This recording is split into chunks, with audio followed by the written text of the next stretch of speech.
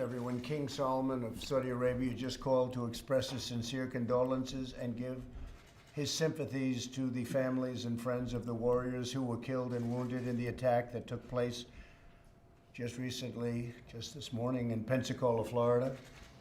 The king said that the Saudi people are greatly angered by the barbaric actions of the shooter, and that this person in no way, shape, or form represents the feelings of the Saudi people who love the American people so much. So that was just given to me by the King of Saudi Arabia.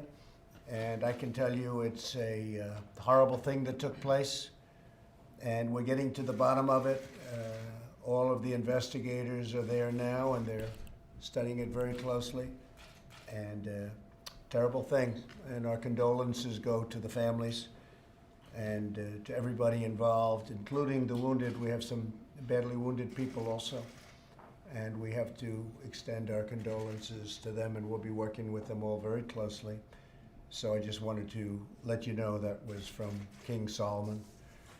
And today we're here to talk to some of the very hardworking citizens who are benefiting from our historic record-setting campaign to eliminate job-killing regulations. I will tell you the market is up 325 points today on great job numbers. The numbers have been phenomenal, actually. Some people said so spot on, so good, that they've actually never seen anything like it.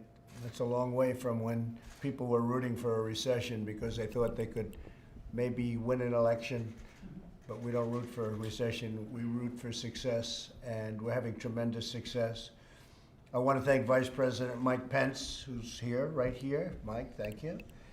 As well as Secretary Jean Scalia, Secretary Elaine Chao, Acting OMB Director Russ Vogt, and Acting Administrator Chris Pilkington. Thank you all very much for being here. Appreciate it.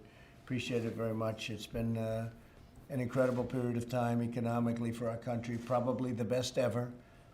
We have the best unemployment numbers in over 54 years. We have the best numbers for African American. This came out today again, African American, Hispanic, Asian American, the best numbers we've ever had. Numbers for women are at a record number. We think that it will probably, if it keeps going like this, very shortly be totally historic. But they're at numbers that nobody ever believed possible. Nobody would have believed it. Frankly, in the campaign, I would have never said it. But I felt we were going to do very well. That's despite the fact that we're paying interest to people that have their money in the bank and other countries are not, so they have a great competitive advantage. And yet we're by far and away the most successful economy anywhere in the world. We're doing better than any other economy in the world. And, you know, we've created many trillions of dollars of wealth since the election. Other countries have lost many trillions of dollars. We're by far the largest economy in the world, and that was going to change. For many years, they were saying that was going to change. We were going to go to number 2 during this presidency. That was years ago, and I guess that the wrong president got elected from the standpoint that there are a lot of people very unhappy about it. So they certainly think it was the wrong president. They would have rather had somebody else because they're not number 1, we're number 1, and we're so far ahead that people can't even believe it. So we've had tremendous success. We've had it together. This has been a great group. The cabinet members and the people in the administration have done a really good job. It was just reported that we added another 266,000 jobs in November, and we've also had very favorable numbers outside of the 266th, including some of the past numbers have been corrected in a very positive way also. So we have 266,000 jobs plus.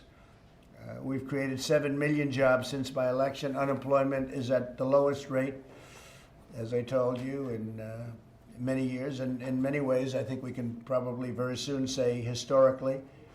A record 158 million Americans are now working. That's the largest number in the history of our country. We've never had 158 million people working. And we should be breaking the 160 million magic mark fairly soon. The stock market today, as you know, it's up 325. We've hit another record high. I believe that's 128 times, something like that, that we've broken the record, the all-time record for stock market highs. And think of that, about 128 times, and we've been here for less than 3 years. So it's, and that I can tell you is a record. 2.5 million Americans have been lifted out of poverty. African American, Hispanic American, Asian American poverty levels, in the positive sense, have hit record lows. It's something that nobody thought was going to be possible in a short period of time either. So they've all hit record lows.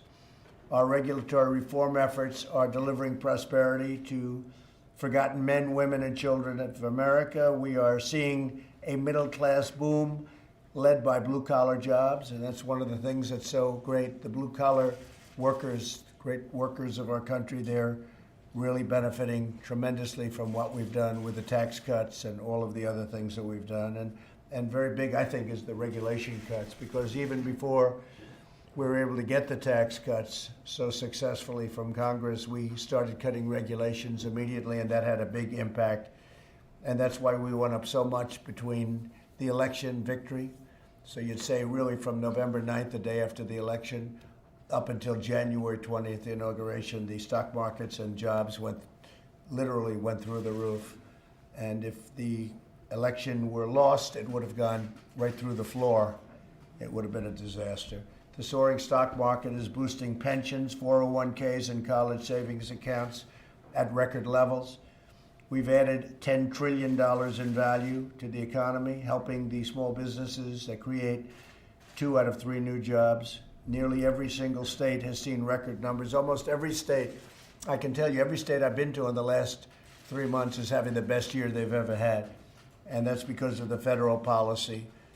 And they're very thankful. The governors are very thankful. The senators are very thankful. They're all very thankful. So things have happened that nobody thought would be possible. But literally every state I go to is setting a record for their state, individual states. And one of the states that just reported, and it's because of our actions, not because of their actions. This I can tell you, because their actions are very negative. California is doing much better than anyone anticipated because of what we've done at the federal level. So I'm very happy about that.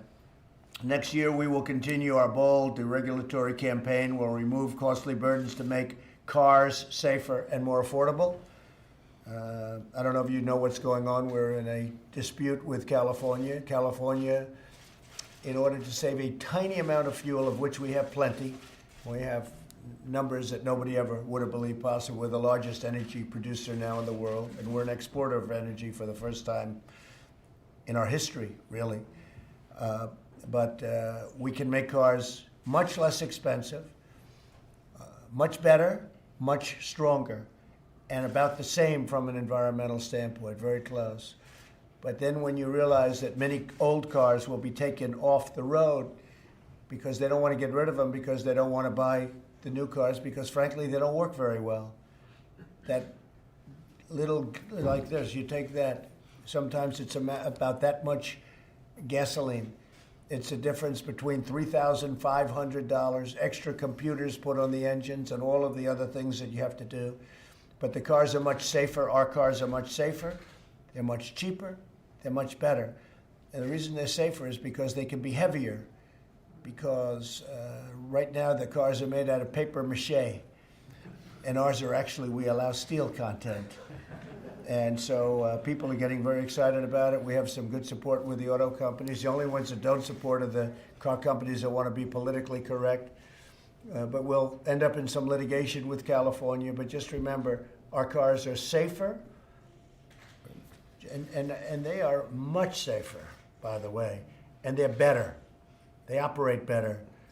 And in every way, we think it's going to be terrific. We have a lot of support from the car industry.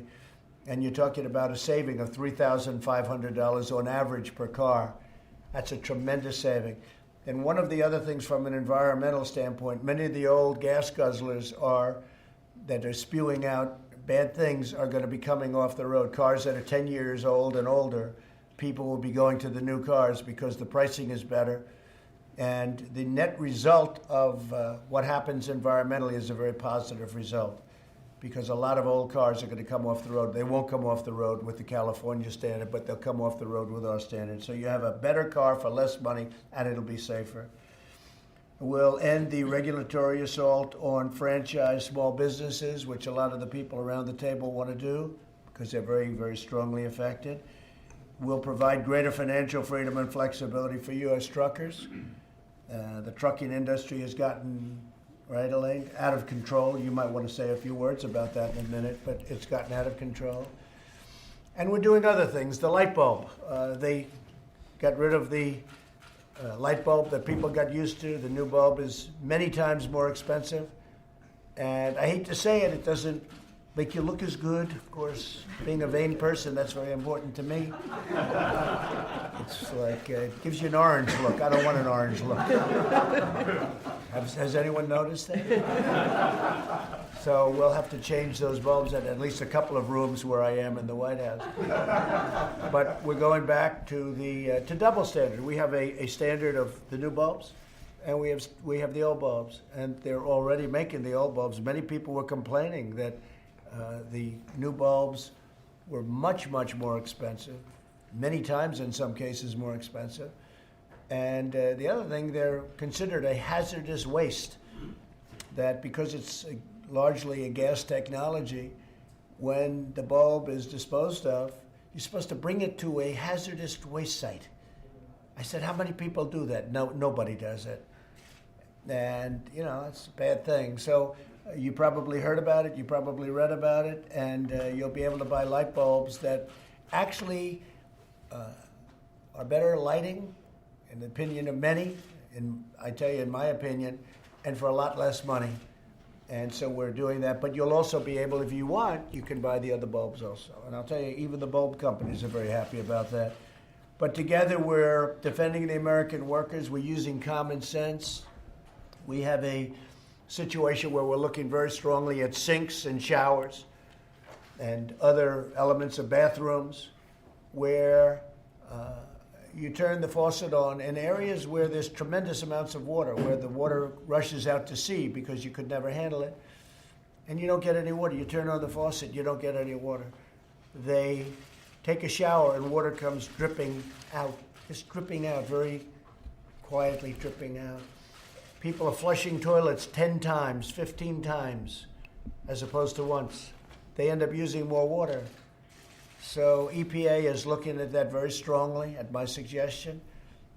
You go into a new building or a new house or a new home, and they have standards on where you don't get water. You can't wash your hands practically. There's so little water comes out of the faucet. And the end result is you leave the faucet on, and it takes you much longer to wash your hands. You end up using the same amount of water. So we're looking at very seriously at opening up the standard. And there may be some areas where we'll go the other route, desert areas, but for the most part, you have many states where they have so much water that it comes down. It's called rain, that they don't know what to do with it. So we're going to be opening up that, I believe, and we're looking at changing the standards very soon. And that's a little bit like the light bulb, where you get a bulb that's better for much less money. We go back, but you have the other alternative, and you'll keep the other alternative with sinks and showers, et cetera, too. But that's been a big problem. So a lot of the things we do are based on common sense. Somebody said, is that a conservative? Is it a liberal thing? Is it? What are we doing? I said, it's a common sense thing. And so many of the things that we do, it's based on common sense, like the car. The car will end up with that net tremendous saving environmentally. When you think of all the cars, the old cars that will come off the road, you'll end up with a better car, and you'll end up environmentally, it'll be ultimately much better. So with that, I'd like to introduce Mike Pence, our great vice president. And Mike, you might want to say a few words and very importantly, go around the table with a couple of the people you want to introduce. Okay. We will. Thank you, Mr. President. And it's a great day in America. We cleared the threshold of 7 million jobs created. And I assured all these business leaders and owners around the table earlier, Mr. President, that they have a president who understands that while you've advanced tax cuts and tax reform at a historic level, unleashed American energy, fought to open markets, free and fair trade, and rolled back regulation at a historic level.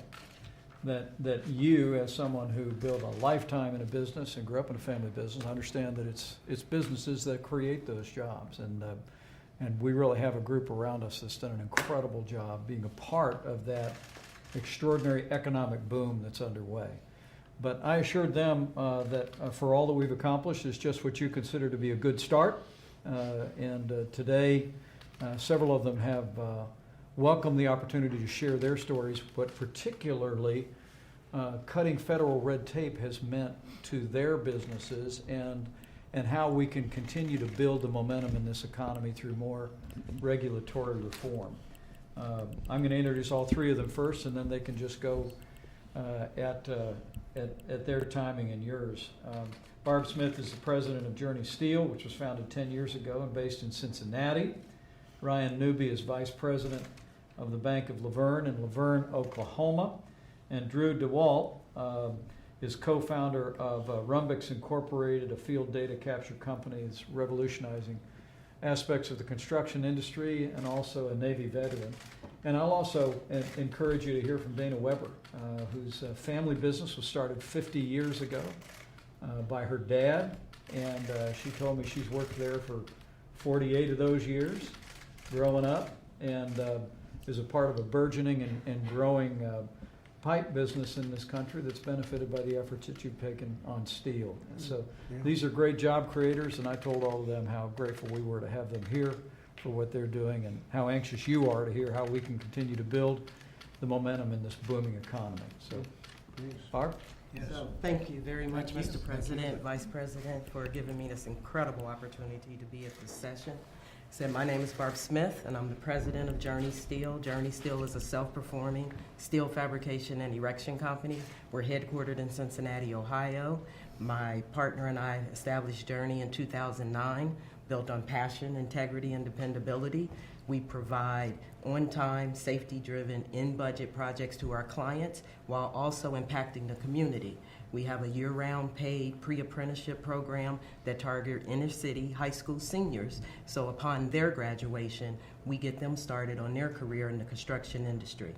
My company is certified 8A, WOSB, MBE, and on a state level, EDGE and DBE, which these programs are put in place to help small minority women-owned businesses to grow.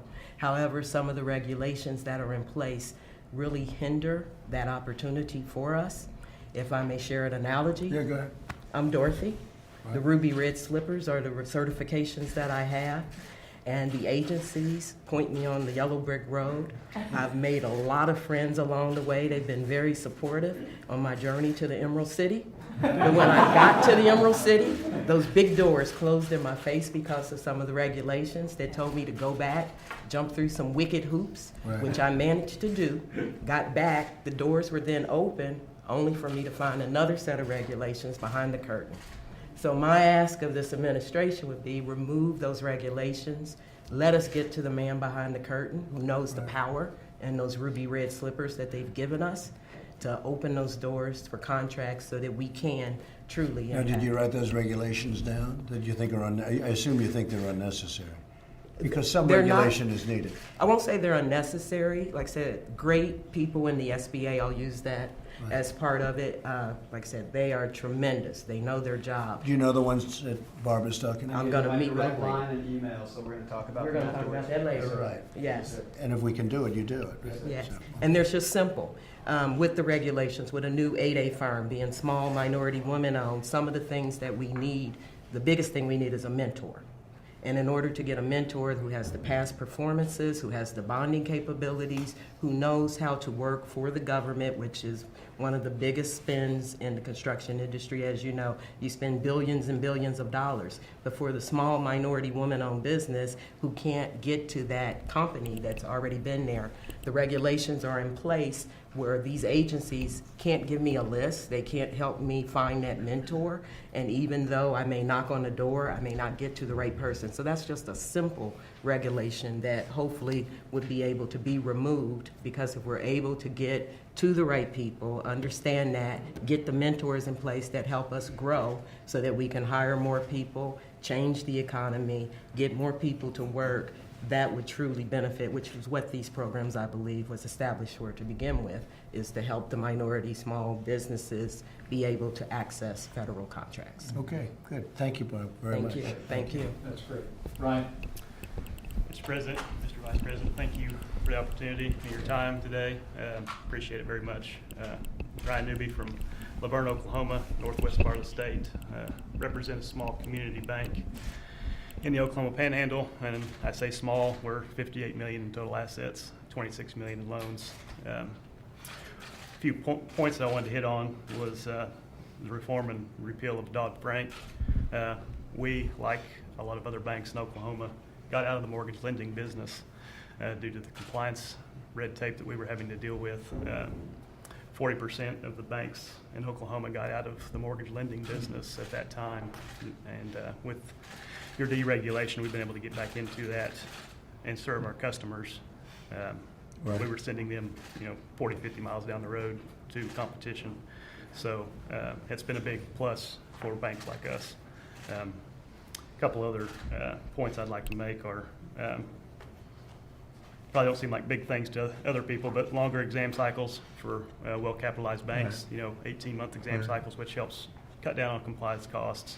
We don't have to deal with examiners as much. We can serve our customers.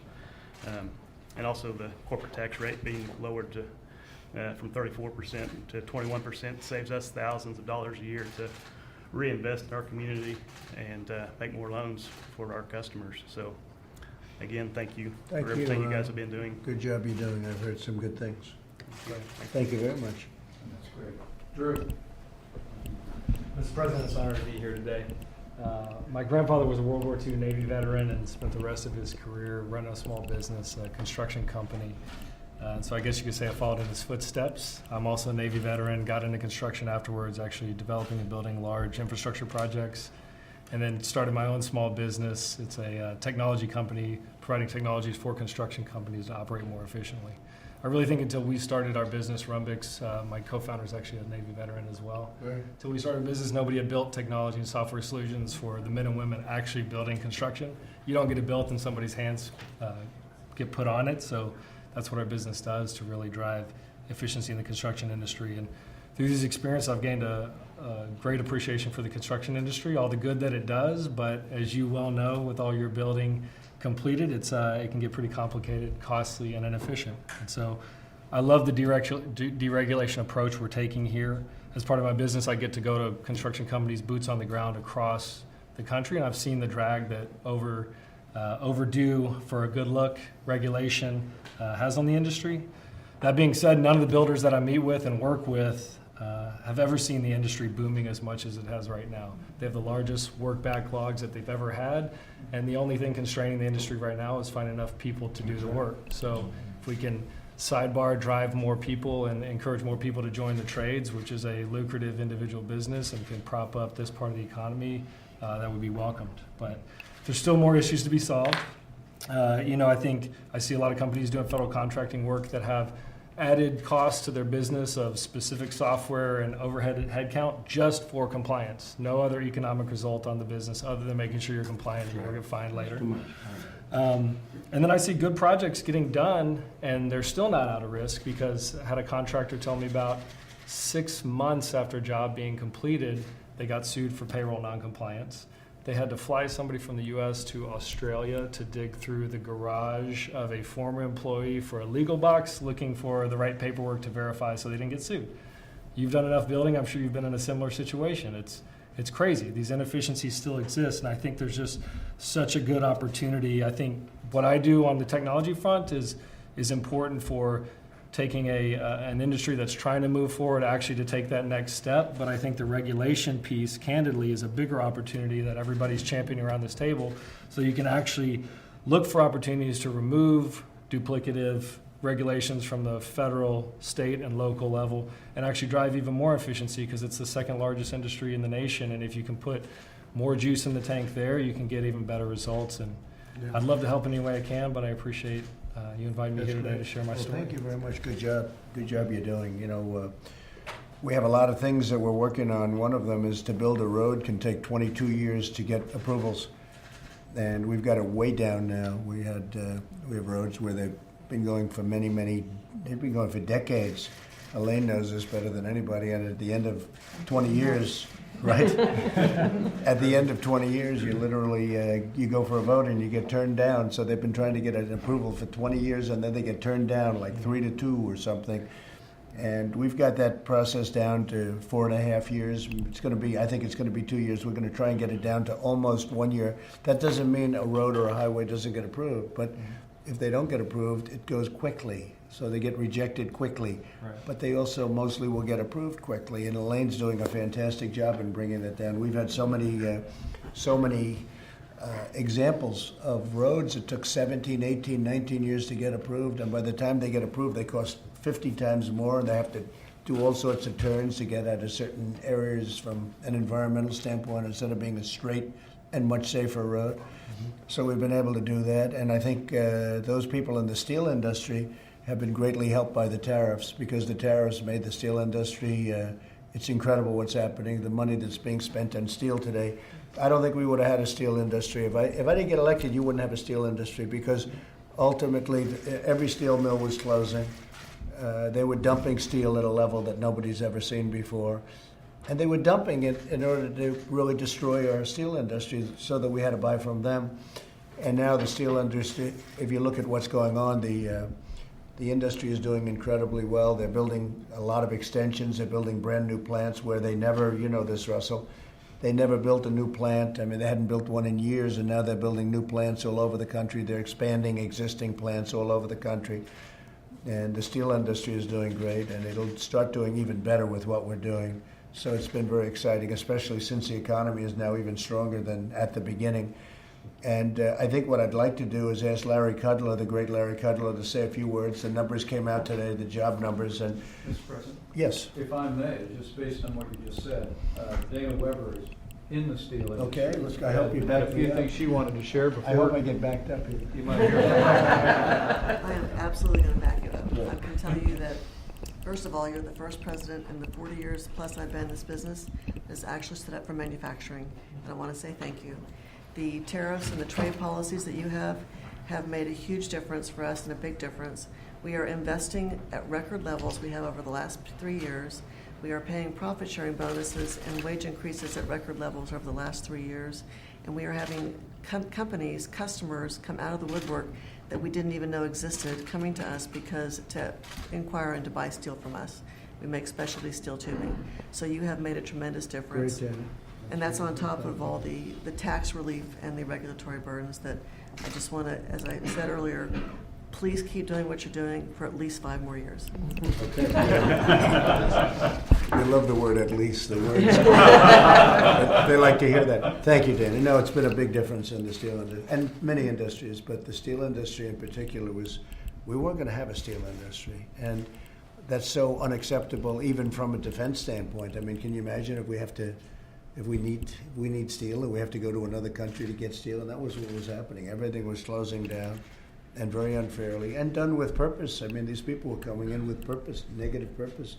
So they're not too happy, but our people are very happy, and the industry is doing fantastically well. It'll soon be at numbers that will be almost like the old days, and maybe like the old days. Larry Kudlow, you also had good manufacturing numbers today. I noticed 50,000 jobs or something created over a short period of time. And the previous administration said manufacturing, you need the magic wand. You know, we've all heard the statement, but they basically said it was a dead business, when in fact it's one of the most important sets of jobs I think you can have anywhere. Could you give a little discussion as to what took place today when they announced the numbers early in the morning? I'd be happy to. Thank you, sir. By the way, you're right. We're still running over 500,000 in manufacturing jobs. So that's a big plus. Just a couple of quick ones. The report today was plus 266,000 jobs for the month of November, but the prior 2 months were revised higher by 41,000. So actually, today's number is 307,000. After you and I spoke last night, I went back and cross-checked, and sure enough, this is the 4th straight month of upward revisions from the prior period. And that's a leading indicator of a strong economy. A couple of other quickies on this. 3.5% unemployment rate. That's near the 50-year low. Since you've been president, the average working family, right, husband, wife, 2 kids, after inflation, after taxes, has gone up $5,000. That's take-home pay, $5,000. The prior 2 administrations were basically flat. And then part of this worker boom, this American worker boom theme, so since you've been president, the production workers are increasing their wages at a 3.7% annual rate, okay? Production workers, 3.7% annual increase. Their managers' wages are rising 1.6. So the folks on the line, the folks wearing the blue collars or whatever, the folks getting their hands dirty, they are working so well, their wage gains are almost twice the gains of their own managers. You know what? I've never seen it before, and as you know, I've been around 3 or 4 centuries. Great this morning, too. Thank A lot you, of sir. shows. Thank you. And really did fantastically well. Well, they're easy numbers really to work with, aren't they? Those numbers were great. The sunny days, sir. Yeah, no, it's very good, really very good. Elaine, maybe you want to discuss a little bit about transportation and in particular the highway and the building of the highways and roads and everything that we're working on so hard. Well, this is a president that really cares about the condition of our infrastructure. And we continue to want to work with the Congress on a bipartisan basis. You've always said that. As a down payment to the president's proposal on infrastructure, the department spends about $70 billion every single year to address, to refurbish, rehabilitate bridges, roads, highways. And so we remain very focused on our goal as the president has wanted. He's also asked us to look at the permitting process and how important that is to, I know several of you around this table and others, of course, who are in this business. So he's been a very strict taskmaster. He has asked that for every one new regulation, we've got to withdraw at least 2. And I think the whole administration has done much better. Brooke mentioned that for every 1 new regulation, about 7.5 regulations have been withdrawn. So this is a tremendous lifting of the burden on people's backs, small businesses in particular. And I also want to mention one other thing that the president mentioned about the Safe Vehicle Act. You know, when we all care about the environment, but when cars cost too much, people don't trade in their cars. And when that happens and people keep older cars, that's actually unsafe. So our new fuel economy standard will be one of this administration's biggest legacies in terms of a deregulatory action. And it's going to introduce and improve safety on top of that. Because also, cars that are too light are not safe. So Mr. President, you've also led the way on that. Thank you very much. And you're working on air traffic control. Yes, sir. And that's something that to me is very important because we have a system that's obsolete. It's ridiculous. It's a ground-based system which nobody can even imagine because that's a 40-year-old system. They've spent billions and billions and billions of dollars over the year trying to upgrade it when you can buy a new system, brand new with the top of the line. There are basically 4 companies that are in that business, but you could buy a new system for less money than it costs to renovate little pieces of this old obsolete system. I've been in planes where the pilots don't even want to use our system. They use another country's system to land in New York City or to land in other parts of the country, like Oklahoma. But they'll use somebody else's system, air traffic control. It's obsolete. And we're working on a project where we make a deal to get a great system. And hopefully we can meet on that soon. Maybe with your people, we'll talk about it. Okay? May I Yes, add one please. more thing? The Vice President, you are both here. You have a tremendous interest in commercial space. And 6 years ago, the U.S. was way behind all other countries.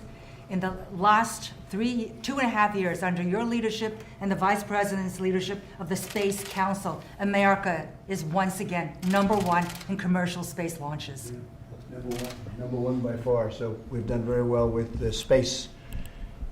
Gene Scalia, you've done a good job in that first short period of time, right? Secretary of Labor. You want to just say what's going on? And I know you called me this morning to say how great the numbers are. Yeah, I called you this morning. I've been in the job 2 months. I mean, it's such a treat to be able to report these numbers. 422,000 jobs in the 2 months that I've been in the position. And I get to talk to the American people about these results. And, you know, this is cause and effect, right? It's cause and effect. The effect is unprecedented numbers. They're spectacular. And wages, I mean, that's so important. And wages at the lower level are going up more, as Larry was saying. And the effect and the cause, we know what it is, right? It's what we're here talking about. It's the tax cuts. It's the deregulation. And so it's cause and effect. And I bet you, if we went around the table, apart from wanting to deal with regulations and keep at that, right? Apart from that, I bet that one of the biggest things on these folks' minds right now is finding workers. That's a challenge to small business. That's how strong our economy is. When you talk to business people, one of the biggest worries they have is finding workers. And so we heard Michael was talking a little about helping with reentry. Barb, you were talking about apprenticeships. Those are things that, Mr. President, you're focusing on, the Vice President too. So we're addressing that. But I mention it just to show how strong the economy is right now. And, you know, and again, that's the effect of the things that you've been causing through these policies. Great job. Great job. So thank you very much, everybody. Very successful period of time for our country. The most successful probably in the history of our country. We've never done anything like that. We've never had these unemployment numbers or